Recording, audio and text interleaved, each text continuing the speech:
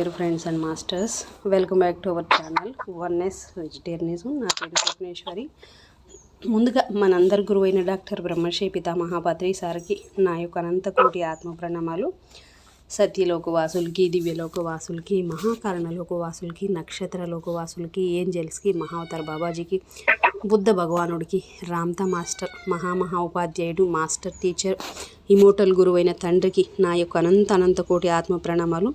ఈ వర్తమాన క్షణంలో ఉన్న సమస్త సృష్టికి, సృష్టిలో ఉన్న యావత్ గురుమండలకి, కాంతి మాస్టర్స్కి, ఇమోటల్ గురువులకి అందరికీ నా యొక్క అనంత కోటి ఆత్మ ప్రణామాలు.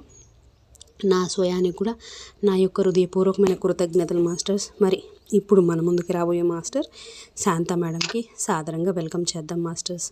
Madam welcome. Madam welcome to our session. Madam over to you madam. Shanta madam. Thank you madam. Thank you.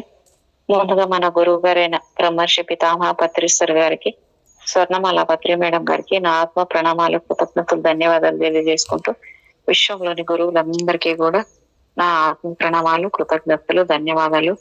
Ramtha master గారికి, ఇమోటల్ గురువైన టీచర్, ఉపాధ్యాయుడైన రామ్తా మాస్టర్ గారికి కోటి కోటి కోటి ఆత్మ ప్రణామాలు, కృతజ్ఞతలు తెలియజేసుకుంటూ oneness vegetarianism TV వ్యవస్థాపకులైన Swapneshwari madam గారికి నా అనంత కోటి ఆత్మ ప్రణామాలు తెలియజేసుకుంటూ నాకు ఎంతగానో సహకరిస్తున్న నా కుటుంబ సభ్యులకు మరియు నాకు జన్మనిచ్చిన తల్లిదండ్రులకు కూడా కృతజ్ఞతలు, ధన్యవాదాలు తెలియజేసుకుంటూ ఈ వర్తమాన క్షణంలోని విశ్వానికి మరియు నా స్వయానికి కూడా కృతజ్ఞతలు తెలియజేసుకుంటూ స్వామి రామ అనే పుస్తకాన్ని నేను ఇప్పుడు సహకరిస్తున్న మీ అందరికీ కూడా ధన్యవాదాలు తెలియజేసుకుంటూ స్వామి రామ అనే పుస్తకాన్ని నేను చదువుతున్నానండి.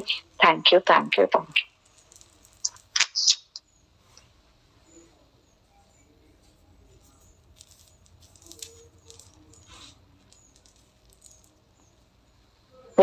బోలే బాబాజీ వద్దకు తిరిగి వెళ్ళిన తర్వాత వెంటనే అడిగాడు, ఈ కంకర్య బాబా ఎవరు? ఆయనే నా పరమ గురువా? నాతో వేళకోళం ఆడారా అని అడిగాడు.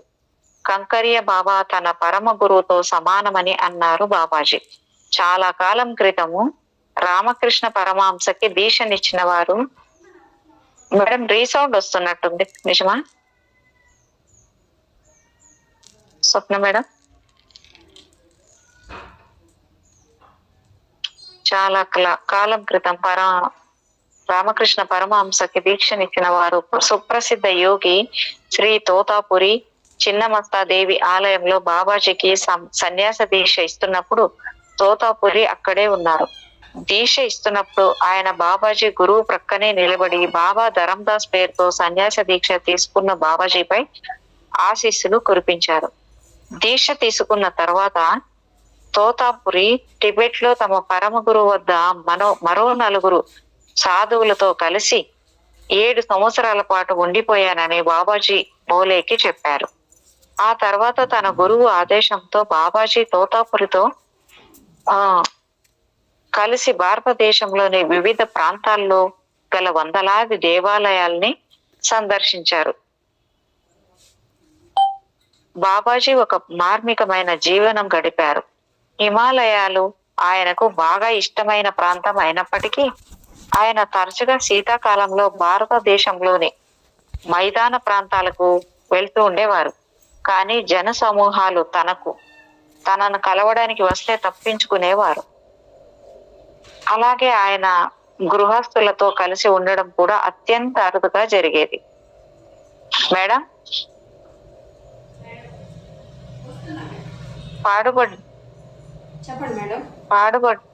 మేడం రీసౌండ్ వస్తున్నట్టు నాకు అనిపిస్తుంది. ఏమన్నా మీకుందా? ఏం లేదు మేడం. Okay madam. నాకే వినిపిస్తున్నట్టుగా అనిపిస్తుంది మేడం కొంచెం. ఓకే ఏం లేదు మేడం, ఏం లేదు. Okay madam. పాడుబడ్డ దేవాలయాలు, ఏకాంత నదీ తీరాలు, చెట్లు, గుహలు లాంటి ప్రకృతి సిద్ధమైన నివాసాల్లో ఉండడం ఆయనకు ఇష్టంగా ఉండేది. భారతదేశంలోనూ హిమాలయ రాజ్యాల్లోనూ ఉన్న సాధువులందరికీ బాబాజీ పేరు బాగా సుపరిచితమే. కానీ ఆయన శిష్యులు, అనుచర గణంలో అనేక మంది రాజులు, యజమానులు ఉండేవారు. ఆయన సందర్శనకి వచ్చినప్పుడల్లా ఉండడానికి వీలుగా ఆయన శిష్యుల్లో కొంతమంది సంపన్నులు నివాస ప్రాంతాలకు దూరంగా కుటీరాలు సాధు మఠాలు కట్టించి ఉంచారు.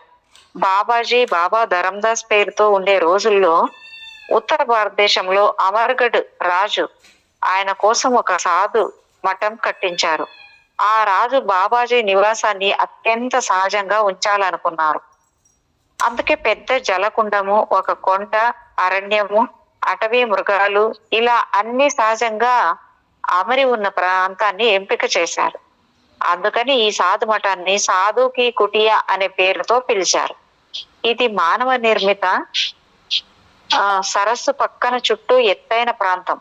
లోపల అనేక గుహలతో సహా అద్భుతంగా నిర్మింపబడింది. అది ఇప్పటికీ అక్కడ ఉంది. సాధు మఠం సుమారు 300 ఎకరాల్లో నిర్మింపబడింది. చుట్టూ అతిపెద్ద వ్యవసాయ క్షేత్రం ఉంది. బాబా ధరందాస్ అక్కడ ఉన్నా లేకపోయినా ఆ సాధు మఠం ఆయన గౌరవార్థం సంవత్సరానికి ఒకసారి బండారా అంటే సాధువు చేతి ప్రసాదంగా చేసే భోజనం నిర్వహింపబడుతుంది. కాలం గడుస్తున్న కొద్దీ అది సాధువుల సంచారానికి, ఆధ్యాత్మిక శక్తులు కోరుకునే సాధకులకి ఆశ్రయం ఇచ్చే రక్షణ స్థలంగా మారింది. బాబా ధరందాసు ఆ ఆశ్రమ బాధ్యతల్ని చూసుకోవడానికి తన శిష్యుల్లో ఒకరైన బాబా కరందాస్ ని నియమించారు. బాబా కరందాస్ తర్వాత బాబా పూలర్ దాస్ ఆశ్రమ బాధ్యతల్ని తీసుకున్నారు. ఆయన సన్యాస దీక్ష తీసుకోక ముందు అక్కడికి దగ్గరలో ఉన్న ఒక గ్రామంలో నివసించేవారు. అక్కడికి రాకముందు బాబా ధరందాసు ఎవరో, ఆయన పుట్టింది పెరిగింది ఎక్కడో ఆ సాధు ఆశ్రమంలో ఎవరూ ఎరగరు. ఆయన పేరులో చివర దాస్ ఉండడం వల్ల ఆ ప్రాంత ప్రజలు బాబా ధరందాస్ ని, ఆయన శిష్యుల్ని 15వ శతాబ్దికి చెందిన సంత్ కబీర్ దాస్ పరంపరకి చెందిన వారని భావిస్తారు. వారి గురించి మరికొంత బాగా తెలిసిన వారు ఆయన నాగ సాధువు అని, ఆయన వైరాగి పరంపరకి చెందిన వారని అంటారు. ఎందుకంటే పేరులో చివర దాస్ చేర్చుకుని ఉన్న సాధు పరంపర వైరాగి సంప్రదాయానికి చెందిన వారు. బాబా ధరందాస్ ఎలాంటి కర్మకాండని ప్రోత్సహించలేదు. అరుదుగా బట్టలు ధరించేవారు. నాగా ప్రాంతమైన అయోధ్యలో ఉండేవారు. తరతరాలుగా మా కుటుంబానికి అమర్గఢ్లో రాజ కుటుంబంతో ఎక్కువ సాన్నిహిత్యం ఉంది. మా నాన్నగారు ఈ కుటుంబానికి మంచి చెడు చెప్పి ఆధ్యాత్మిక పదాన్ని నిర్దేశించే రాజ పురోహితులుగా ఉండేవారు. బాబా ధరందాస్ శిష్యులైన బాబా పూలర్ దాస్ సాధు మఠంలో చేరక ముందు నాకు చిన్ననాటి స్నేహితుడు, సహచరుడు మా నాన్నగారు బాబాజీ ఎక్కడి వారు, ఏం చేసేవారని విషయాలపై బాబా పూలర్ దాస్ తో తీవ్రంగా వాదించేవారు. మా నాన్నగారు అనేవారు, పూలర్ దాస్, నువ్వు చాలా తెలివి తక్కువగా మాట్లాడుతున్నావు.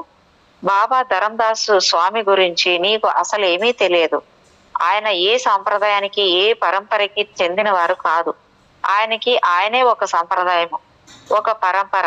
మన సంస్కృతం మాస్టరు పండిట్ బోలాదత్త తర్వాత నాకు గురువు అయ్యారు. ఆయన బాబాజీ గురించి ఏం చెప్పేవారో తెలుసా? బాబాజీ అసలు పేరు స్వామి మధ్వానంద భారతీట. ఆయన ఒక గొప్ప సాధువుట. ఆయన శంకరాచార్య సంప్రదాయానికి చెందినవారట. దానికి సమాధానం ఇస్తూ బాబా పూలర్ దాస్, నేను ఆయన ప్రశిష్యుడిని. ఆయన గురించి నాకు తెలుసా, మీకు తెలుసా? నేను కబీర్ పంథీని, కబీర్ సంప్రదాయానికి చెందిన వాడిని. బాబా కరందాస్ నా గురువు. ఆయన గురువు బాబా ధరందాసు. నా గురువు గాని, నా పరమ గురువు గాని ఏనాడు మీ సంస్కృత గ్రంథాలని ప్రమాణంగా స్వీకరించలేదు అని అరిచేవాడు. బాబాజీ శాస్త్ర గ్రంథాలని ఎన్నడూ పట్టించుకోలేదు. శాస్త్ర గ్రంథాలన్నీ ఒక రూపు దాలిస్తే ఒక బాబాజీ తెలుసా, మా నాన్నగారు మళ్ళీ అరిచారు. అంతేకాదు, ఆయనకు నీలాంటి అజ్ఞానులతో ఎలా వ్యవహరించాలో బాగా తెలుసు. జ్ఞానం ఉన్న వాళ్ళెవరూ అనర్ఘ రత్నాల్ని పందులు పాలు చెయ్యరు. ఆయన కబీర్ పంథీ సాధువుకారని నేను అనడం లేదు. ఆయన అంతకంటే ఎక్కువ. నువ్వు నేను మరెవరూ ఊహించలేనంత గొప్ప వ్యక్తి. కబీర్ పంథీ సాధువులు తెల్లని బట్టలు ధరిస్తారు, కానీ బాబాజీకి అలాంటి బట్టల వల్ల ప్రత్యేకమైన శ్రద్ధ లేదు. బాబాజీ దుని ఎదురుగా కూర్చొని ఉంటారు. ఆయన భస్మం పూసుకుంటారు. కబీర్ పంక్తిలో అలా ఎన్నడూ భస్మం ధరించడం జరగదు. పైగా పూలర్ దాస్ అనేది బాబాజీకి గల మరో పేరు. చాలా ఏళ్ల క్రితము నేను వింధ్యాచలాన్ని సందర్శించాను. ఉత్తరప్రదేశ్ లోని మిర్జాపూర్ జిల్లాలో ఇది ఒక ప్రముఖమైన శక్తి దేవాలయం. అక్కడ 2 గదులున్నాయి. నేను స్వయంగా కళ్ళారా చూసి వచ్చాను. ఒక గదిలో కృష్ణ కాళీ విగ్రహాలతో ఒక మందిరంగా ఉంది. రెండవది బాబాజీ కోసం నిర్మింపబడింది. బాబాజీ గదికి దారి తీసే తలుపు మీద తాపడం చేసి ఉన్న పలకం కనిపిస్తుంది. దాని మీద ఇలా వ్రాసి ఉంటుంది: ఈ కృష్ణ కుటి 1917లో జమీందారీ సర్హరి ఎస్టేట్ ద్వారా గోరఖ్పూర్ జిల్లాలో బెంగాలీ భృత బాబా స్వామి పూర్ణానందజీ కోసం నిర్మించబడింది అని రాసుందనమాట. ఇదంతా తిక్కమక్కగా ఉంది. ఇప్పటి వరకు నేను బాబాజీని స్వామి మధ్వానంద అనే పేరుతో విన్నాను. ఆయన పేరు పూర్ణానంద అని వ్రాయబడి ఉంది తాపడం మీద. అప్పుడు నేను మా గురువర్యులు పండిట్ బోలా దత్ అని, ఆయన అసలు పేరు మధ్వానంద లేక పూర్ణానంద అని అడిగాను. అన్నారు నాన్నగారు. ఆయన నా మాటకి జవాబు ఇవ్వకుండా, భగవంతుడికి 1000 పేర్లు ఉంటాయి, బాబాజీకి కనీసం డజన్ పేర్లైనా ఉండకూడదా అన్నారు. బాబాజీ నిరంతర సంచారులు. ఆయన కోసం ఎన్నో చోట్ల నివాస స్థానాలు ఏర్పాటు చేయబడినప్పటికీ ఒక చోట ఉన్న వారికి వేరే ప్రదేశాల్లో ఆయనకు గల పేర్లు, ఆయన మెలికి తీరు వంటి వివరాలేమీ తెలియవు. బాబాజీ ఎన్నడూ తన కంట ఒక అనుచర గణాన్ని ఏర్పాటు చేసుకోలేదు. ఎలాంటి సామాజిక ధార్మిక కార్యకలాపాల్లోనూ ఆయన పాల్గొనేవారు కాదు. ఆయన చుట్టూ జనం చేరడాన్ని అనుమతించేవారు కాదు. ఈ ఐహిక ప్రపంచపు అనిత్యత బోధపడి వైరాగ్యంతో పరిపూర్ణమైన యోగ్యత సాధించిన శిష్యులకే తప్ప బోధించేవారు కాదు ఆయన. వివిధ సమయాల్లో వివిధ ప్రదేశాల్లో ఆయన వేర్వేరు పేర్లతో సంచారం చేస్తూ ఉండేవారు. ఆ పేర్లలో 5 పేర్లు నాకు తెలుసు: బెంగాలీ బాబా, బాబాజీ, బాబా ధరందాసు, స్వామి మధ్వానంద, స్వామి పూర్ణానంద. ఇంకా చాలా పేర్లే ఉండి ఉండొచ్చు అనడంలో సందేహమే లేదు. ఎందుకంటే బాబాజీ తన గురించి ప్రపంచానికి తెలియకుండా ఎక్కువ జాగ్రత్తలు తీసుకునేవారు. కానీ ఆయన గురించి ప్రపంచానికి తెలియాల్సిన నేపథ్యం ఒకటి వచ్చేసింది. 20వ శతాబ్దపు తొలి భాగంలో ఆ సమయం రానే వచ్చింది. అది భవాల్ సన్యాసి కేసు రూపంలో. ఈ రోజు వరకు ఆ కేసు భారతదేశంలో సంచలనం రేకెత్తించిన విచిత్రమైన విచారణగా పేర్కొనడం జరుగుతోంది. న్యాయస్థానానికి వచ్చిన అత్యంత సంచలనాత్మకమైన కేసు ఇది. 1993లో ప్రముఖ వారపత్రిక బ్లీడ్స్ మ్యాగజైన్ ఈ కేసుపై వరుస వ్యాసాల్ని వెలువరించాయి.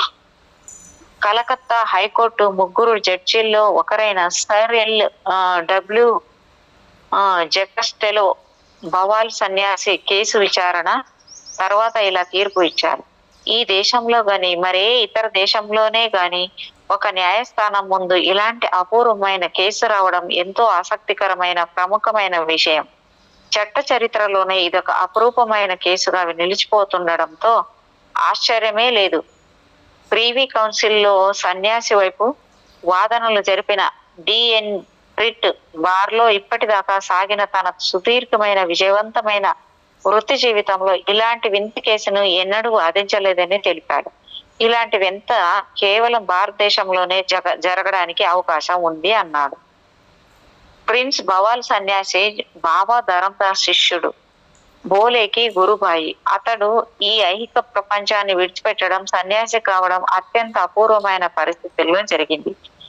బ్లీడ్స్ ఈ కేసును గురించి ఇలా వ్రాసింది: బెంగాల్లోని అత్యంత సంపన్నమైన జమీందారీ ఇల్లు ఒక జమీందారు వారసుడు మృతుడిగా ప్రకటింపబడ్డాడు. అతడికి శతాబ్ది తొలి దశకం చివరలో సంప్రదాయ విధానంలో దహన సంస్కారాలు జరపబడ్డాయి. 12 ఏళ్ల తర్వాత చాలా వింతగా అతడు తిరిగి ప్రత్యక్షమయ్యాడు. అతడి సోదరి నాయనమ్మ అతడిని గుర్తించారు. కానీ అతడి భార్య అతడిని మోసగాడంటూ తిరస్కరించింది. తన ఆస్తి మీద తనకు హక్కు కావాలంటూ అతడు 3వ దశాబ్దం చివరలో కేసు ఫైల్ చేశాడు. ఆ కేసుపై చివరికి జూలై 1946లో ప్రీవీ కౌన్సిల్ తీర్పు ఇచ్చింది. ఈ బవాల్ సన్యాసి కేసు లాంటి కేసు ప్రపంచ న్యాయ చరిత్రలోనే అద్వితీయమైనదిగా పేర్కొనబడింది. ఈ కేసులో చనిపోయిన ప్రిన్స్ అంటే రామ్ కుమారుడు ప్రిన్స్ ని తిరిగి బ్రతికించింది బాబాజీయే కావడంతో అనేకమైన విషయాలపై చర్చల ఊహాగానాలు నడిచాయి. నిజంగానే అలాంటి అద్భుతాలు జరుగుతాయా? అలాంటి గురువులు నిజంగానే ఈ ప్రపంచంలో ఉన్నారా? వాళ్ళని గుర్తించడం ఎలా జరుగుతుంది? బాబా దర్శన్ దాసు ఆయన శిష్యులు అటార్నీలకు సంబంధించిన కఠినాతి కఠినమైన ప్రశ్న పరంపరని తట్టుకుంటూ సాక్ష్యం ఇచ్చారు. భవాల్ సన్యాసి ఎలా కనుగొనబడ్డారో, ఏ విధంగా ఆయనని బ్రతికించడం జరిగిందో, ఎలా ఆయన సన్యాసి దీక్ష తీసుకున్నారో, ఎలాంటి శిక్షణ పొందారో, మళ్ళీ తన ఇంటికి ఎలా పంపబడ్డారో తెలియజేశారు. కొన్నేళ్ల అనంతరము ఈ కేసు తుది తీర్పు వెలువడింది. ఆపై 2 రోజుల తర్వాత భవాల్ సన్యాసి ఆకస్మికంగా మరణించాడు. ఈ సందర్భంలోనే వాస్తవంగా బాబాజీ ఎవరు, ఏమిటి అనే విషయాలు అందరికీ తెలుసాయి. బ్లిట్జ్ పత్రికని అనుసరించి భవాల్ సన్యాసి సన్యాసం తీసుకోక మునుపు తూర్పు బెంగాల్లోని అత్యంత వైభవోపేతమైన రాజ్యాల్లో ఒకటైన భవాల్ రాజ్యానికి రాజు. ఆయన పేరు రామేంద్ర నారాయణ రాయ్ చౌదరి. ఆయన రాజుగారికి 2వ సంతానం. ప్రజలంతా ఆయనను మేజో కుమార్ అంటే 2వ కుమారుడు అని పిలిచేవారు. ఆయన తన తల్లిదండ్రులు, ఒక అన్న, ఒక తమ్ముడితో కలిసి ప్రస్తుత బంగ్లాదేశ్ ముఖ్య పట్టణమైన ఢాకాకి 20 మైళ్ళ దూరంలో ఉన్న జయదేవ్పూర్ లో ఒక విశాలవంతమైన భవనంలో ఉండేవారు. ఈ ప్యాలెస్ రాజా వైభవంతో మెరుపులీనేది. డాన్సింగ్ హాల్స్, మ్యూజిక్ రూమ్స్, ఏనుగు శాలలు, అశ్వశాలలు, ఓ చిన్నపాటి జూ కూడా ఉండేవి. లెక్కలేనంత మంది సేవకులు, 24 గంటలు అందుబాటులో ఉండే డాక్టరు, వందమా గదులు రాకుమారుల చుట్టూ తిరుగుతూ వారి గర్వాన్ని, స్వీయ ప్రాముఖ్యతని గుర్తు చేస్తూ ఉండేవారు. ఇలా ఏం కావాలంటే అది సమకూరే వాతావరణంలో వారికి బోధించడానికి ఎంతో మంది గురువులు రాజమహల్కి వచ్చి వెళ్ళేవారు. వీరు ఆ మాస్టర్ల వద్ద బెంగాలీలోను, ఇంగ్లీష్ లోను తమ పేర్లతో సంతకం చేసుకోవడం దాకా మాత్రమే నేర్చుకోగలిగారు.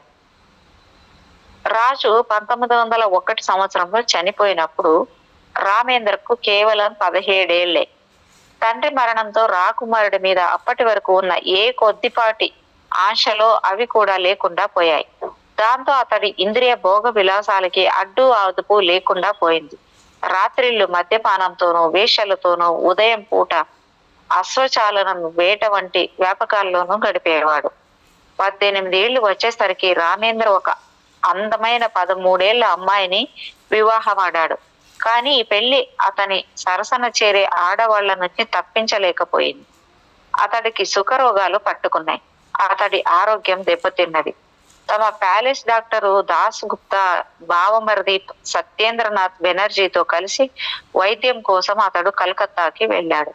ఆ తర్వాత బావమరిది సలహాతో ఆరోగ్యం మెరుగుపరుచుకునేందుకు తూర్పు హిమాలయాల్లో డార్జిలింగ్కి వెళ్ళాడు. రాకుమారుడి బావమరిది సత్యేంద్ర అన్ని రకాల ఏర్పాట్లు చేశాడు. ప్రిన్స్ ఆ ప్రఖ్యాత బంగ్లా స్టెప్ ఎసైడ్ అంటే ఆ తర్వాతి కాలంలో ఇక్కడ భారతదేశంలో అత్యంత ప్రముఖుల్లో ఒకరైన డిబి చిత్తరంజన్ దాస్ ఇక్కడే ఉన్నారు. మహాత్మా గాంధీ, డాక్టర్ అనిబిసెంట్ డార్జిలింగ్ కి వచ్చినప్పుడల్లా ఇక్కడే ఉండేవారు. అంటే బంగ్లా స్టెప్ ఎసైడ్ లో ఉన్నాడంట. ప్రిన్స్ ఆరోగ్యం క్షీణించసాగింది. ఓ ప్రక్క రక్త విరేచనలు అవుతున్నాయి. మరో 3 వారాల్లోపే 8 మే 1909 ఇరు కుటుంబాల వైద్యులైన దాస్ గుప్తా, డార్జిలింగ్ సివిల్ సర్జన్ అయిన లెఫ్టినెంట్ కల్నల్ కల్వర్టలు అతడిని మృతుడిగా ప్రకటించారు. దహన క్రియలు మే 9న జరపాలని నిర్ణయించడం జరిగింది. ఒక జల ప్రవాహం తీరంలో చితి సిద్ధం చేయబడింది. శవాన్ని చితి మీద ఉంచారు. శవం మీద కట్టెలు పేర్చారు. కానీ చితి వెలిగించగానే కుండపోత వర్షం అందుకుంది. వర్షం ఆగిన తర్వాత మళ్ళీ చితిమంట రగిలించమని కొంతమంది నౌకర్లకు పురమాయించి రాకుమారుడి బావమరిది, డాక్టరు, మిగతా బంధువులు, స్నేహితులు వర్షంలో తడవకుండా ఉండేందుకు స్థావరం వెతుకుంటూ అక్కడి నుంచి వెళ్లిపోయారు. కానీ అప్పుడు ఆ వర్షం మరింత విపరీతమై చితి వర్షంలో కొట్టుకుపోయింది. జీవాన్ని కట్టేసి ఉంచిన పాడే ఆ ఫలంగా నీటి ప్రవాహంలో తేలుతూ చివరికి కొట్టుకుపోయింది. పరిచారకులు ఉన్మాదుల్లా దాని వెనక పరుగు పెట్టారు. కానీ దాన్ని వెనక్కి తీసుకొని రాలేకపోయారు. వాళ్ళు ఈ సంగతిని ప్రిన్స్ బావమరిదికి చెప్పినప్పుడు సత్యేంద్ర మొదట ఈ సమాచారాన్ని నమ్మలేదు. దహన క్రియలు పూర్తి అయ్యాయని ప్రకటించాడు. ఆ శవం వాలు ప్రవాహంలో ఎన్నో మైళ్లు కొట్టుకుపోయి మరో 4 సాధువులతో కలిసి బాబాజీ ఉంటున్న గుహ దగ్గర తీరంలో నిలిచింది. ఆ సాయంత్రం ఆ సాధు బృందానికి నదీ తీరంలో ఏదో వింత శబ్దం వినిపించింది. బాబాజీ తన శిష్యుల్లో 2 అక్కడికి పంపాడు. బాబా దర్శన్ దాసు, బాబా లోక్ దాసులు అదేమిటో చూడడానికి వెళ్లారు. అది నదీ తీరానికి కొట్టుకుని వచ్చిన పాడె గురించి దాని చేశారు. ఆ వ్యక్తి తన శిష్యుడని, ఆ శవాన్ని తీసుకొని రావాల్సిందని బాబాజీ తన శిష్యులతో చెప్పారు. ఆ సాధువులు పాడె కట్లని విప్పి శవాన్ని గుహలోకి మోసుకొని వచ్చారు. శవంపై తడిసి ఉన్న బట్టల్ని మార్చి పొడి దుస్తులు వేశారు. ఆ తర్వాత అతడిని దగ్గరలో ఉన్న ఒక గ్రామస్తుడి ఇంటికి చేర్చారు. బాబాజీ అతడి తల వెంట్రుకల్ని పూర్తిగా తొలగించి తల మీద కొన్ని రకాల వనమూలికల్ని కపాల భాగానికి రాశాడు. ఆ మనిషి మెల్లగా శ్వాసించడం మొదలు పెట్టాడు. ఒక మనిషిని ఈ విధంగా రక్షించారనే వార్త గ్రామం అంతా క్షణాల్లో పాకింది. జన సామర్థ్యాన్ని రప్పించుకునేందుకు బాబాజీ తన శిష్యులతో స్పృహలో లేని ఆ వ్యక్తిని ఇంకా పర్వత పాద ప్రాంతంలోని మరో గ్రామానికి చేర్చమని చెప్పారు. మరో 3 రోజుల్లో అతడికి స్పృహ వచ్చింది. కానీ అతడు పూర్తి మతిమరుపు స్థితిలో ఉన్నాడు. మరికొద్ది రోజుల తర్వాత అతడికి వారితో కలిసి నడిచేంత బలం వచ్చింది. అప్పుడు ఆ సాధువుల బృందం అక్కడి నుంచి వెళ్ళిపోయింది. అంటే మేడం దీని గురించి ఈయన ఇట్లా శవం అయినప్పుడు ఆయన్ని కాల్చడానికి పెట్టినప్పుడు, మేడం వింటున్నారా? ఆయన్ని కాల్చడానికి పెట్టినప్పుడు అక్కడ వర్షం రావడము, అక్కడ నుంచి వాళ్ళు చూస్తూ ఉన్న వాళ్ళందరూ తర్వాత తగలబెట్టమని చెప్పి వెళ్ళడము. తర్వాత ఏమైంది, వాళ్ళు చూస్తున్నట్లే ఇంకా వర్షం జోరైపోయి వాళ్ళు కాపలా ఉన్న వాళ్ళు కూడా ఏం చేయలేని పరిస్థితిలో అది కొట్టుకొని పోవడము, అది కొట్టుకొని పోయి ఈయన ఉన్న చోటుకి వెళ్ళడము, ఇదంతా ప్రణాళిక ప్రకారమే జరిగిందంటారా? ఆయన మళ్ళీ అది కొట్టుకొని వచ్చి అక్కడ తీరంలోకి చేర్చిన తర్వాత ఆయన మళ్ళీ ఆ శవాన్ని తీసుకొచ్చి ఏదో రాసి ఏదో మూలికలేసి ఆయన బతికించడము, ఇవన్నీ ఆయన శిష్యుడు అనడము, ఇవంతా ప్రణాళిక ప్రకారమే జరిగిందంటారా? చనిపోయిన ఆయన్ని కూడా బతికించాడు.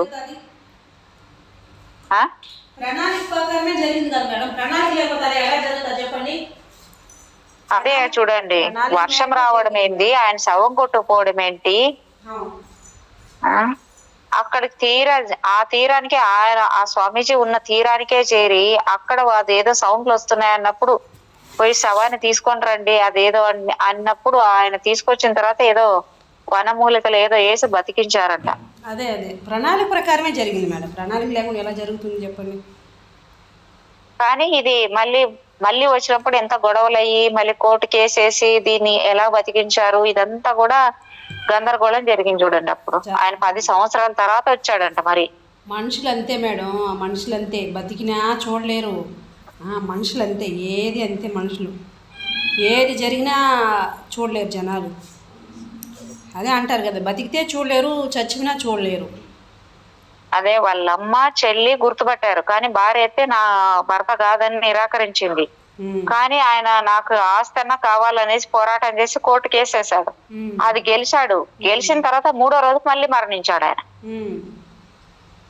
ఇదంతా వింతైన కేసే కదా మేడం. ఇలాంటివి ఎక్కడ జరుగుతాయి అన్నట్టుగా మరి జనం మాట్లాడుకోవడం లేదు. మా ఏముంది మేడం, మరి రేరగా జరుగుతాయి. చచ్చిపోయి పైకి పోయి శరీరాన్ని వదిలేసి పై లోకాలకి కూడా తిరిగి వచ్చిన వాళ్ళు ఉన్నారు. అవును అవును అవును, అలాంటివి చాలా ఉన్నాయి. చనిపోయారని ఈ దీంట్లోనే ఉండేది కదా మేడం. ఈమె ఇప్పుడు పుట్టక ముందు వీళ్ళ ఈ స్వామిరామ వాళ్ళ అమ్మకు కూడా ఇంకా రాడులే అన్నప్పుడు కూడా నాకు వస్తాడని వేచి కూర్చొని ఉండింది కదా ఆమె కూడా. అవును. ఇలా కొన్ని సంవత్సరాలు అంటే ఆ ఆ విధంగా తిరిగి లేచిన భవాల్ని ఇప్పుడు బాబా ధరందాస్ చంటి పిల్లాడిని సాకినట్టు సాకుతున్నాడు బాబాజీ. మిగతా సాధువులు అతడికి జీవితంలో మౌలికంగా ఉండాల్సిన నైపుణ్యాలు, హిందీ వీళ్ళ దగ్గర నుంచి అన్ని విషయాలు మొదటి నుంచి బోధించారు. అతడు చాలా వేగంగా నేర్చుకునేవాడు. కొద్ది సంవత్సరాల్లోనే అతడు హఠయోగంలో గొప్ప పట్టు సాధించాడు. రసవాదము, ప్రాచీన భారతదేశ వైద్య విధానమైన ఆయుర్వేదం ప్రజ్ఞాన్ని సాధించాడు. ఈ విజ్ఞానాన్ని అన్వయించుకుంటూ ఇప్పుడు సరికొత్త అనుశాసనబద్ధంగా నడుచుకుంటున్న ప్రిన్స్ ఎంతో ఆరోగ్యంతో మిసమిసలాడే నందిలా ఉన్నాడు. బాబాజీ సాన్నిహిత్యంలో అతడు విస్తారమైన హిమాలయ పర్వత శ్రేణులు, వింధ్య పర్వత శిఖరాలు, ఉత్తర భారతదేశం ఇలా అంతటా సంచరిస్తూ ఉండేవాడు. వాళ్ళు కాశ్మీర్లోని పవిత్రమైన అమర్నాథ్ దేవాలయానికి చేరుకునేసరికి సుమారు 4 సంవత్సరాల కాలం పట్టింది. అక్కడ బాబాజీ అతడికి ఒక నియమబద్ధమైన దీక్షని, ఆ తర్వాత మంత్ర దీక్షని కూడా ఇచ్చారు. మంత్ర దీక్ష పొందిన తర్వాత ప్రిన్స్ తను ఎక్కడ పుట్టాడో, తన తల్లిదండ్రులు ఎవరో ఈ విషయాలన్నీ తెలుసుకోవాలని ఆరాట పడసాగాడు. బాబాజీని అతడు అనేక సందర్భాల్లో అడిగాడు కూడా, కానీ అతడికి బాబాజీ నుంచి ఒకే ఒక సమాధానం వచ్చేది: సరైన సమయం రాని, నేనే నిన్ను మీ ఇంటికి దింపుతాను. ఇలా కొన్ని సంవత్సరాలు జరిగిపోయాయి. బాబాజీ నేపాల్లోని ప్రిన్స్ స్వామితో కలిసి బ్రచ్చత్రలో నివసించసాగారు. అప్పుడు ఏంటి మేడం? ఇంకేం కుటుంబము తల్లిదండ్రులు ఊరు అనే దానికన్నా ఆ చాప్టర్ అక్కడ అయిపోయింది. ఇది కొత్త జీవితం కదా. ఇప్పుడు ఆయనే తల్లి ఆయనే తండ్రి అవ్వాలి, అంతేగాని ఇంక వేరే తల్లిదండ్రులు ఏం కావాలా? కానీ ఆయన కోరుకుంటున్నాడు కదా మేడం, మళ్ళీ కూడా నేను ఎవరికి పుట్టాను, ఎక్కడో ఎవరు తల్లిదండ్రులు, కానీ ఇక్కడ కనుక్కుంటున్నాడు. ఆ శరీరం అక్కడికి శరీరం అదే ఉండొచ్చు, కొత్త జీవితం కదా. ఆయన మళ్ళీ ఆయనకి జీవితాన్ని ఇచ్చి బతికించినోడు ఆయనే గన్ని అవుతాడు కదా. నిజమే, మామూలు విషయం కాదు కదా మేడం. అది కూడా ఒక గురువు, మహాగురువు. అవును మేడం. ఇలా కొన్ని సంవత్సరాలు జరిగిపోయాయి. బాబాజీ నేపాల్లో ప్రిన్స్ స్వామితో కలిసి బ్రచ్చత్రలో నివసించసాగారు. అప్పుడు ఆ స్వామికి తన ఇల్లు ఢాకాకి దగ్గరగా తూర్పు బెంగాల్లో ఎక్కడో ఉండాలని గుర్తుకొచ్చింది. బాబాజీ ఇది వినగానే ఇంటికి వెళ్లే సమయం ఆసన్నమైంది అన్నారు. వెళ్లే ముందు బాబాజీ అతడితో, నువ్వు మాయావరణాన్ని ఛేదించగలిగితే మళ్ళీ తిరిగి వెనక్కి వచ్చి మాతో చేరు అని చెప్పారు. ఇప్పుడు ప్రిన్స్ నాగసాధువు రూపంలో ఉన్నాడు. అతడి తలంతా జడలు కట్టి ఉంది. ఇలాంటి మీద అంటే చిన్న లంగోటి ఉంది. తల నుంచి కాలి గోళ్ల వరకు శరీరం అంతటా భస్మం రాసుకొని ఉన్నాడు. ఇంకా అతడికి తన బంధువులు ఎవరో, తన ఇల్లు ఉన్న ప్రదేశం ఏదో గుర్తుకు రావడం లేదు. కానీ ఆ ఇల్లు మాత్రం ఎక్కడో ఢాకాలో దగ్గరలో ఉండాలని మాత్రం గుర్తుంది. చివరికి కొద్ది సంవత్సరాలు అలా గడిచిన తర్వాత అతడు డిసెంబర్ 1920లో ఢాకాకి చేరుకున్నాడు. అతడు ఆ నగర శివారు ప్రాంతానికి వెళ్లి ఓ చెట్టు క్రింద తన ధుని అంటే మంట రగిలించాడు. 4 నెలల పాటు రాత్రి పగలు ఆసనాల్లో వేసే పద్మం లాంటి భంగిమలో అగ్నిముఖంగా కూర్చుని ఉన్నాడు. ఆయన చేతి మీద బాబా ధరందాస్ బాబా ధరందాస్ నాగా శిష్యుడు అనే పచ్చబొట్టు ఉంది. ఆ నాగా సాధువుకి ప్రిన్స్ రామేంద్రకి చాలా దగ్గర పోలికలు ఉన్నాయని, అతడే ప్రిన్స్ భవాల్ అని ప్రజలు కనిపెట్టారు. ఈ వార్త కార్చిచ్చులా వ్యాపించింది. ప్రిన్స్ రామేంద్ర పాత స్నేహితుల్లో కాశీంపూర్ రాజా అతన్ని గుర్తించాడు. జయదేవ్పూర్ ప్యాలెస్ కి వాయవ్యంలో కొద్ది మైళ్ళ దూరంలో ఉన్న ఒక చిన్న రాజ్యం కాశీంపూర్. ప్రిన్స్ అక్కడే పెరిగాడు. రాజు సాధువుని తన సొంత రాజభవనానికి తీసుకుని వెళ్ళాడు. 5-6 రోజుల తర్వాత అతడిని గజారోహణం చేయించి జయదేవ్పూర్ కి గౌరవప్రదంగా పంపాడు. ప్రిన్స్ సాధువు ప్యాలెస్ కి చేరుకున్న తర్వాత ఏనుగుని దిగి ప్యాలెస్ కి దగ్గరలో ఉన్న ఒక దేవాలయంలో కూర్చున్నాడు. అప్పటికి అతడికి తానెవరో, ఆ ప్యాలెస్ లో తన అనుబంధం ఏమిటో ఏమీ తెలియకుండా ఉంది. కానీ కొద్దిసేపటికే బంధువులు, సేవకులు, వందలాది మంది ఆ ప్రాంత ప్రజలు అక్కడికి చేరుకున్నారు. ఆయనను ప్రిన్స్ గా గుర్తించారు. ప్రిన్స్ అక్కగారు ఆ వార్త వినగానే ఎంతో ఆతురతతో సాధువుని ప్యాలెస్ కి తీసుకుని రమ్మని తన కుమారుడిని పంపింది. అక్కడికి సాధువు వెళ్ళగానే అతడు తన అక్కగారిని, నాయనమ్మను గుర్తించాడు. తన తమ్ముడి ఫోటోని చూసి వెక్కిళ్ళు పెడుతూ కన్నీరు కార్చాడు. ఈ 12 ఏళ్ల కాలంలో ఆ తమ్ముడు మరణించాడు. తన అన్నగారు కూడా మరణించినట్టు తెలుసుకున్నాడు. ఇప్పుడు ప్యాలెస్ లో కేవలం విధవలే ఉన్నారు. ఈ రాజ్యమంతా సంరక్షకుల ఆధ్వర్యంలోనే నడుస్తోంది. బ్లీడ్స్ రిపోర్ట్ ప్రకారము సాధువుగా ఉన్న ఆ వ్యక్తి ఎందుకు ఏడుస్తున్నావు అని అడిగితే ఆ సన్యాసి దానికి మాయ నన్ను ఏడిపిస్తోంది అని చెప్పాడు. కుమార్ రామేంద్ర నారాయణ్ మీరేనా అని అడిగిన ప్రశ్నకు నేను మీకు ఏమీ కాను అని చెప్పాడు. ఆయన తన కుటుంబాన్ని, ప్యాలెస్ లో ఉండే ఇతర వ్యక్తుల్ని కలుసుకున్నప్పుడు అతడిలో భావోద్వేగాలు తుఫానులా చెలరేగాయి. అతడి జీవితానికి సంబంధించిన భూత వర్తమాన కాలాలు సంఘర్షించాయి. అతడు మధ్యలో చిక్కుకున్నాడు. తాను బాబా ధరందాస్ శిష్యుడనని తెలుసు, కానీ తను ప్రిన్స్ బవాల్ గా గుర్తింపబడుతున్నాడు. ఎలాగో ధైర్యం కూడగట్టుకుని నేను మీకేమీ కాను అంటూ అతడు ప్యాలెస్ బయటికి వెళ్ళిపోయాడు. ఢాకాకి తిరిగి వచ్చి ధుని వేసుకుని తన సాధు జీవితాన్ని కొనసాగించాడు. కానీ ప్రజలు అతడిని విడిచిపెట్టలేదు. అతడి అక్కగారు అతడిని అనుసరించింది. ఏదో విధంగా అతడిని మళ్ళీ ప్యాలెస్ కి తిరిగి తీసుకొచ్చింది. ప్యాలెస్ లో ఉండగా అతడు శరీరంపై భస్మధారణ చేయడానికి అనుమతి లేదు. పైగా అతడు సంప్రదాయబద్ధమైన రాజ వేషధారణలో ఉండాలి. రామేంద్ర చిన్నతనంలో బండి చక్రం వల్ల కలిగిన ప్రమాదంలో ముఖంపై ఒక చారిక ఉండేది. అక్కగారు అతడి ముఖంపై ఆ గుర్తు కోసం వెతికింది. ఇక ఆమెకు సందేహమే లేదు, ఈ సాధువే తన తమ్ముడు. కానీ సాధువు ప్యాలెస్ కే తన జీవితాన్ని పరిమితం చేయాలని అనుకోవడం లేదు. బాబాజీ బృందంతో గడిపిన రోజుల్లో గల ఆనందకరమైన గడియలతో పోల్చుకుంటే ఆయనకు రాచరిక జీవితం నిస్సారంగా తోచింది. పైగా ఆయనకు తన భార్య, తన బావమరిది 1909లో తనని చంపించడానికి ప్లాన్ చేశారనే సందేహం కూడా కలిగింది. అతనిలో ఉన్న రాకుమారుడు అంతర్యం ఈ కుట్రని రచించిన వారి విషయంలో ఏం చేయాలా అని నిర్ణయించడంలో నిమగ్నమైంది. ఆయనలో ఉన్న సాధువు ఈ విషయాలన్నింటినీ క్షమించి వదిలిపెట్టమని, కేవలం వైరాగ్యానికే సంబంధించిన విషయాల్ని ఆలోచించమని కోరుతున్నాడు. కానీ సాధువులో ఉన్న రాకుమార నైజము, పిరికివాడిగా ఉండకు, నువ్వు నీ కర్తవ్యాన్ని పాటించడానికి సిద్ధం కా, నీ హక్కుల గురించి పోరాడు, నీకు హక్కుగా చెందాల్సిన దాన్ని నువ్వు పొందాల్సిందే, ఆ తర్వాత కావాలంటే నువ్వు వదులుకో అని ప్రేరేపిస్తోంది. ఈ విషయాల్ని పరిష్కరించడానికి సమయం లేనంతగా ఆయన చుట్టుప్రక్కల జనం ఉంటున్నారు. కానీ చుట్టూ ఎంతమంది ఉన్నా ఆయన బాబాజీ తన వచ్చేటప్పుడు చెప్పిన నువ్వు మాయావరణాన్ని అంటే భ్రాంతి పొరని ఛేదించగలిగితే మళ్ళీ తిరిగి వెనక్కి వచ్చి మాతో చేరు మాటల్ని మాత్రం గుర్తు చేసుకుంటూనే ఉన్నాడు. మాయావరణం అంటే ఏమిటి? అతడికి ఆలోచనలో నిద్ర కూడా మాయమైంది. తను ఈ ప్రపంచంలో నివసించాలా లేక దీనికి ఆవలుగా ఉండాలా? తను లౌకిక జీవనంలోకి రావడానికి తిరస్కరించాలా, ఆ విధంగా దానికి ఆవలుగా జీవించాలా? అప్పటికే సాధువుకి తనకు సంబంధించిన జ్ఞాపకాలన్నీ సంపూర్ణంగా గుర్తుకొచ్చాయి. పైగా అతడి జ్ఞాపక శక్తి కూడా చనిపోక ముందు కంటే కూడా చాలా తీక్షణంగా ఉంది. అతడు 2 ధర్మాలు చూశాడు.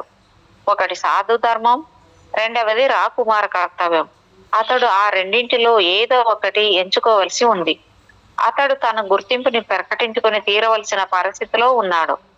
ఈ ప్రపంచంలో జీవించడమా లేదంటే మడం తిప్పి తన దారిన తాను పోవడమా?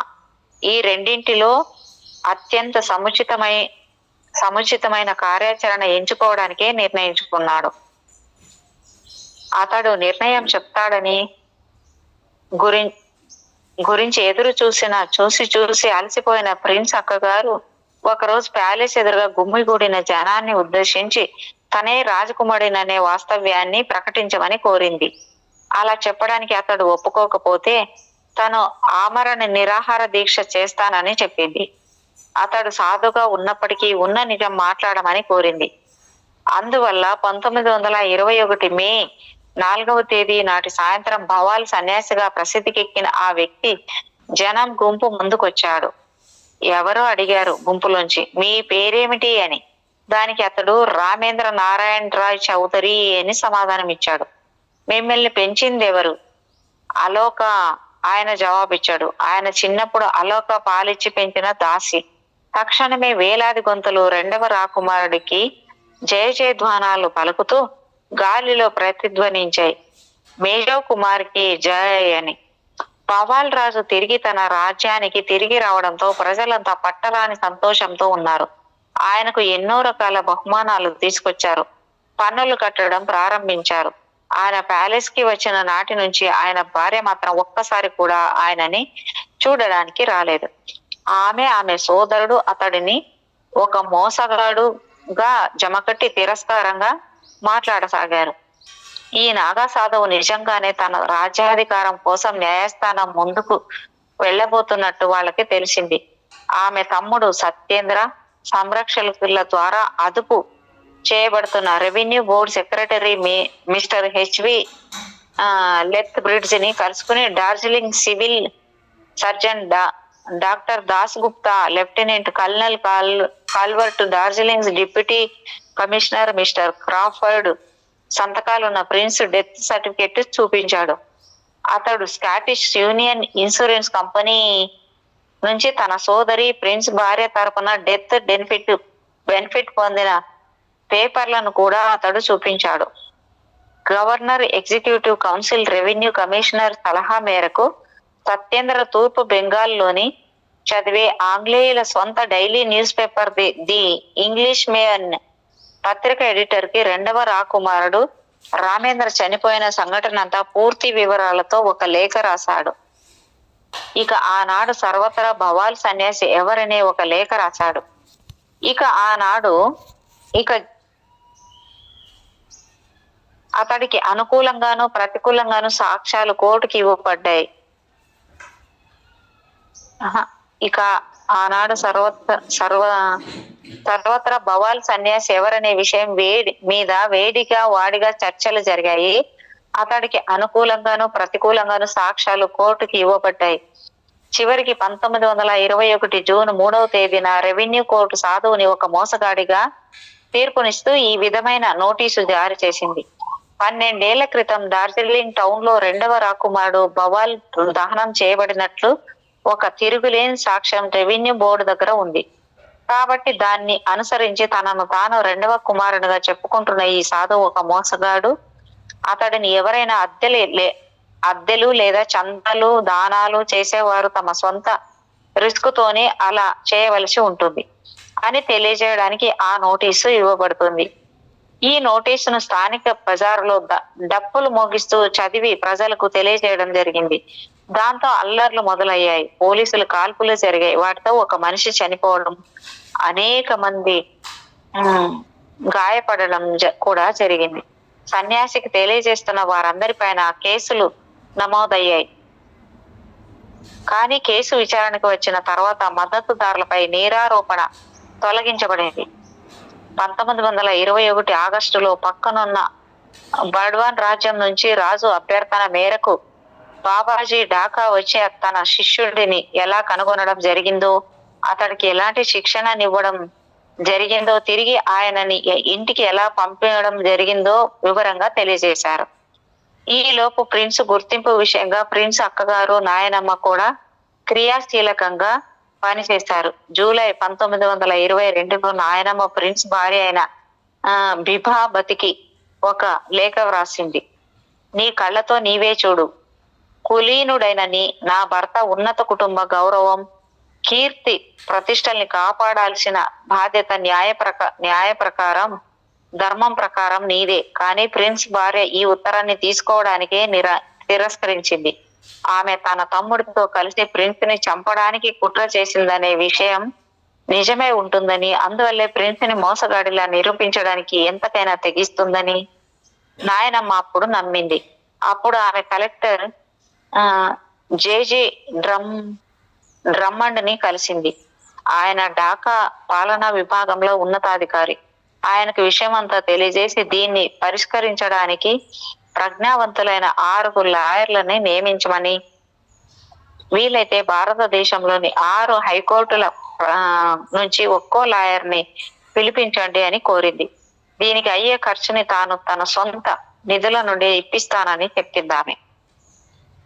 భవాల్ సన్యాసి కూడా తన మనసులో నిశ్చయించుకున్నాడు, ఆయన గెలిచే తీరాలని భావించాడు. తను ఈ ప్రపంచాన్ని వదిలేస్తాడు, కానీ విజయం సాధించిన తర్వాతే. కొన్ని వ్యావహారిక కారణాల వల్ల ఆయన కలకత్తాలో ఉండడం మొదలు పెట్టాడు. మధ్యలో ఢాకాకి 2 సార్లు వెళ్లి రావాల్సి వస్తే వెళ్లి వచ్చిన భవాల్ సన్యాసి 1924 నుంచి 1929 వరకు కలకత్తాలోనే ఉన్నాడు. ఆ కాలంలో స్వాతంత్ర పోరాటం కీలకమైన దశలో ఉంది. ఆయన బెంగాల్లో గొప్ప ప్రముఖుడైన ఆయన రాజకీయాల్లో పాల్గొనలేదు, కానీ ఆయన జాతీయ ఉద్యమం వైపు మొగ్గు చూపేవాడు. అతడి బావమరిది సత్యేంద్ర బ్రిటిష్ అధికారులకి విధేయుడుగా ఉండేవాడు. అయితే ఆయన పేరు ఎప్పుడూ ప్రజల నోళ్లలో నానుతూ ఉండేది. రాజకీయంగా స్వాతంత్ర లక్ష్యం కోసం ప్రజలు ఎలా సామూహికంగా స్పందన తెలియజేసేవారో, రాజకీయ పరిధిని దాటి భవాల్ సన్యాసి కోసం ఆ ప్రాంత ప్రజలు అలాంటి సామూహిక స్పందన తెలియజేసేవారు. 1929 అక్టోబర్లో భవాల్ సన్యాసి ఢాకాకి వెళ్లిపోయారు. అక్కడ ఆయన తన అక్కగారితో కలిసి ఉంటూ భవాల్ రాజ్యానికి బకాయి పడిన అద్దెలు, పన్నులు వసూలు చేయసాగాడు. సత్యేంద్ర ఏదో పట్టాన క్రిమినల్ కోడ్ 144 సెక్షన్ క్రింద సాధువుని జయదేవ్పూర్ టౌన్ లోకి ప్రవేశం లేకుండా నిషేధిస్తూ ఉత్తర్వులు జారీ చేయించగలిగాడు. ఆ తర్వాత ఈ నిషేధాజ్ఞలు మొత్తం భవాల్ రాజ్యానికి కూడా విస్తరించబడ్డాయి. చివరికి 1930 మొదట్లో ప్రిన్స్ ఎంతో మంది పెద్ద పెద్ద లాయర్లను సంప్రదించి తన రాజ్యంపై తాను అధికారంలోకి రావడానికి ఢాకా సెషన్స్ కోర్టులో కేసు అప్పీల్ చేశాడు. ప్రిన్స్ కి లీడింగ్ కౌన్సిల్ బీసీ చటర్జీ. అతడు అప్పటికే ఎన్నో రాజకీయపరమైన కేసుల్ని విజయాలు సాధించిన దిట్ట. ఈ కేసు 24 ఏప్రిల్ 1930లో కోర్టుకెక్కింది. బ్లిట్జ్ రిపోర్టు ప్రకారము ఈ కేసుకి 1609 సాక్ష్యాలు, 2000 ఆధారాలు ఉన్నాయి. అన్ని మతాలు, జాతుల నుంచి సాక్ష్యం ఇవ్వడం కోసం వచ్చారు.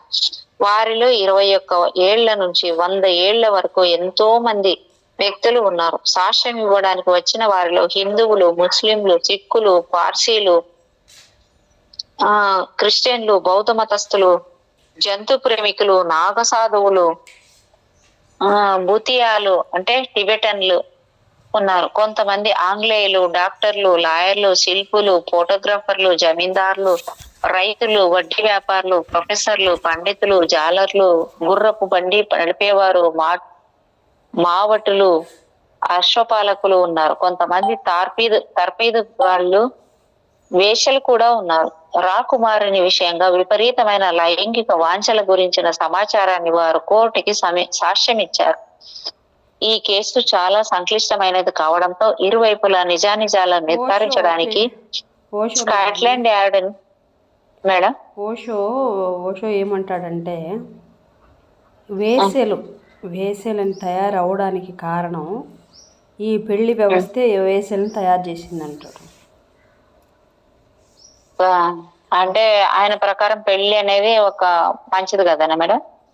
మంచిది కాదని కాదు, పెళ్ళి అనేది పేరు. అంటే పెళ్ళి అవసరం లేదంటాడు ఆయన. పెళ్ళి అవసరం లేదు, ప్రేమ లేనిదే పెళ్ళెందుకు? ప్రేమ అర్థమైంది. ప్రేమ అనేది సత్యం, ప్రేమ అనేది అవసరం, పెళ్ళి అనేది అవసరం కాదు. ఒక భయంతో పెళ్ళిని క్రియేట్ చేసి సృష్టించారు అని చెప్తాడు ఆయన. అందుకని ఈ భూమి మీద అందరూ వేషలు లేకపోతే రకరకాలుగా స్త్రీలు అలా ముద్రపడి అలా బతకడానికి కారణం ఈ పెళ్లి వ్యవస్థే అంటాడు. పెళ్ళి ఎందుకు అవసరం? బిడ్డలు ఎందుకు అవసరం? అసలు మీకు ప్రేమలు ఉన్నాయా? మీకు ప్రేమ అంటే ఏంటి అసలు తెలుసా మీకు? ప్రేమ ఉండాలి, ప్రేమగా అర్హత ఉంది, పెళ్ళికి కాదు. పెళ్ళి అసలు పెళ్ళే కాదంటాడు, వ్యభిచారాలు అంటాడు. పెళ్ళి అని ఒక వ్యవస్థ, దీంతో ఒక వ్యభిచారం, పెళ్ళే కాదు, వ్యాపారాలు ఇవి. వ్యభిచారాలు నిజమే. తప్ప పెళ్లి కాదంటాడు. అంటే ఏ స్త్రీలకైతే వాళ్ళకి ఇష్టపూర్వకంగా పెళ్లిళ్ళు కూడా జరగడం లేదు కదా మేడం, చాలా మటుకు ఇప్పుడైతే జరుగుతున్నాయి కానీ అప్పట్లో అస్సలు లేవు. కానీ ఇష్టం అనేది పక్కన పెడితే మేడం, నిజం ప్రేమ ఆయన ఏం చెప్తాడు, డివైన్ లవ్ చెప్తాడు ఆయన. అర్థమైంది? డివైన్ లవ్లో పెళ్ళి లేదు. ప్రేమ అంటే ఇష్టం అంటే మళ్ళీ కోరిక కిందకు వస్తుంది. అంటే ఏదో ఆస్తులు చూసి పర్సనాలిటీని చూసి ఇష్టపడడం అది కాదు ప్రేమ అంటే. ప్రేమ అంటే ఏంటో తెలుసా? మీరు ప్రేమించుకోవడానికి అర్హులు, ప్రేమించుకుంటున్నారా? ప్రేమ ఉందా మీలో? ప్రేమ అనేది తెలుసుకోవాలి, ప్రేమించాలి, ప్రేమలో బ్రతకాలి. అంతేకాని ప్రేమతో బ్రతకడానికి పెళ్ళి ఎందుకు అంటాడు ఆయన. చాలా నిజమే. కానీ ఇప్పుడు డివైనిటీ ఉన్నోళ్ళకి మాత్రమే ఇది అర్థమవుతుంది మేడం, ఇప్పుడు అందరికీ అర్థం కాదు కదా ఇది. అందుకే కదా చెప్తున్నాడు మీరు అది సంసారం కాదు, అది వ్యభిచారం అంటాడు ఆయన. ఇలాగే చెప్పాడు మేడం, వ్యభిచారం అది. ఇలాంటి సిద్ధాంతాలను ఆయన చెప్పాడు కాబట్టి ఆయన చాలా వ్యతిరేకించారు కదా మేడం ఆయన. వాళ్ళు ఎంత వ్యతిరేకించినా సత్యం చెప్పాడు మేడం. ఎంత నిగూఢ, ఎంత సత్యం అంటే ఎంత లోతు నిగూఢంగా ఉంటుందంటే అందరికీ అర్థం కాదు. ఓషోని అర్థం చేసుకోవడం మామూలు విషయం కాదు. అదే పత్రి సార్ అన్నట్టు ఆయన స్థితిలో ఉన్న వాళ్ళకే కదా ఆయన అర్థమవుతాడు. ఎవరికి అర్థమవుతాడు ఓషో? ఏమి జ్ఞానం అంటే చాలా డెప్త్ ఉంటుంది. ఏది చెప్పినా అదే చెప్తాడు ఆయన. సబ్జెక్ట్ ఏదైనా చాలా డెప్త్ ఉంటుంది ఓషో. చాలా చెప్పాడు మేడం, చాలా చెప్పాడు. చాలా బాగుంటుంది మేడం అసలు. ఆయన గురించి కూడా కొంచెం చదవాలి మేడం, ఓషో గురించి ఏం తెలియదు నాకైతే. ఎస్ మేడం, చాలా మేడం. ఓషో మామూలు విషయం కాదు మేడం. అసలు ఆయన సెక్స్ గురించి చెప్పలేదు. ఎలా ఉండాలి ఎలా ఉండొద్దని చెప్పాడే తప్ప కానీ అసలు నిజంగా చెప్పాలంటే ఆయనకు అది ముద్ర పడిపోయింది. సెక్స్ అనే ముద్ర పడిపోయింది. అసలు ఆయన నువ్వు ఇలా చెయ్యి అని ఆయన ఏం చెప్పలా. ఎలా ఉండాలి, అసలు ఎందుకు ఎలా ఉండాలి, ఎందుకు ఉండొద్దని చెప్పాడు ఆయన. అది ఆయనే కాదు మేడం, ఏ మహానుభావులు ఎంతమందిని ఆయన కబీర్ ఏం పేరు కబీర్ దాస్ కావచ్చు, చాలామందిని చంపేశారు కదా. ఓషోని సరే ఓకే ఓషోని ఇలా చెప్పాడని చంపేశారు. వాళ్ళంతా ఎందుకు చంపేశారు మేడం? అది కాదు. ఎవరైతే సత్యం చెప్తారో, ఎవరైతే జ్ఞానులు ఉన్నారో, ఎవరైతే యోగులు ఉన్నారో అలాంటి వాళ్ళని పెట్టరు భూమి మీద. ఎందుకంటే ఈ దౌర్భాగ్యం దాపరించింది.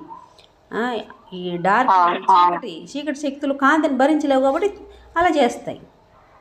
మీకు అవన్నీ కాదు మేడం, అవన్నీ కాదు. కానీ ఓషో కళ్ళు అంటే చూడండి మేడం, నాకు కళ్ళు అంటే అబ్బా, అవి కళ్ళు కావు మేడం. చూడండి, ఒక సూర్యచంద్రుడు ఒక కళ్ళు ఆ ఫోటోలోనే కళ్ళుకేసి చూడలేము అసలు.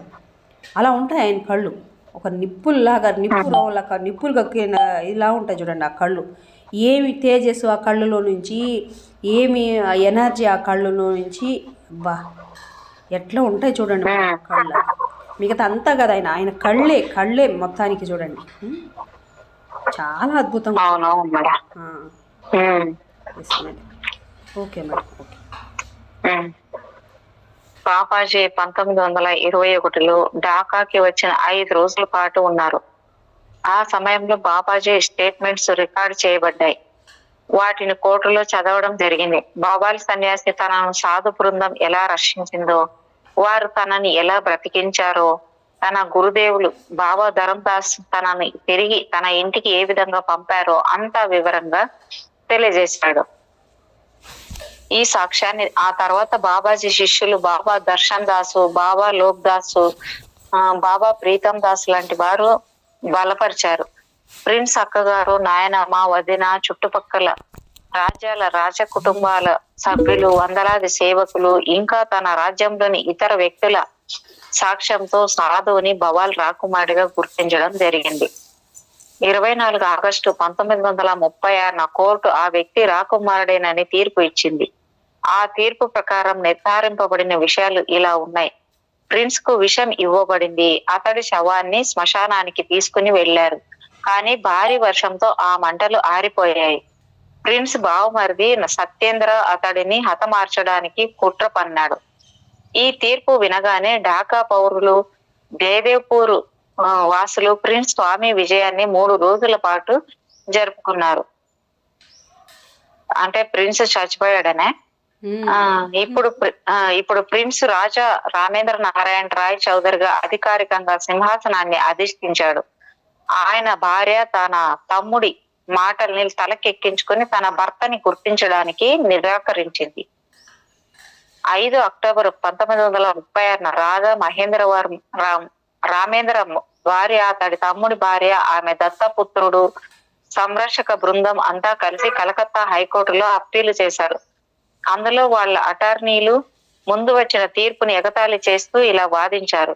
చనిపోయిన వ్యక్తి శిరస్సుని ముండనం చేసి ఉండి లేని బట్టల్లో ఉన్న నాగసాధువు ఒకడు ఇక్ష్వాకుల కాలం నాటి ఔషధమేదో రాసినంత మాత్రాన్ని ఈ ప్రజ్ఞావంతుడైన న్యాయమూర్తి అభిప్రాయం ప్రకారం ఒక శవంలో ప్రాణం తిరిగి వస్తుందా అని ఉంది అందులో. మరో 4 ఏళ్ల వాదోపవాదాల తర్వాత 25 నవంబరు 1940 పాత తీర్పే వర్తిస్తుందని తీర్పు చెప్పబడింది. ప్రిన్స్ భార్య, మరదలు ఈ సంగతిని ఇంతటితో వదిలిపెట్టదలుచుకోలేదు. వాళ్ళు హైకోర్టు తీర్పుని ఛాలెంజ్ చేస్తూ లండన్ లోని ప్రీవీ కౌన్సిల్లో అప్పీల్ చేశారు. అక్కడ 28 బృహత్ గ్రంథాల ప్రింటెడ్ కోర్టు సమాచార రికార్డులు, 700 ఫోటోగ్రాఫ్లను అధ్యయనం చేసిన తర్వాత ప్రీవీ కౌన్సిల్ ఈ అప్పీల్ ని 30 జూలై 1946 కొట్టేసింది. రాజా రామేంద్ర సాధించిన తుది విజయం సమాచారం ముందుగా కేబుల్ ద్వారా ఆగస్టు 1న తేదీన అతని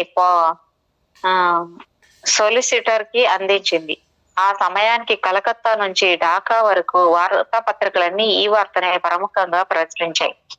ఆయనకు విజయం దక్కుతుందని ప్రతి ఒక్కరూ ఊహించారు. కానీ దక్కిన విజయానికి ఆయనకి ఏమాత్రం సంతోషం కలగలేదు.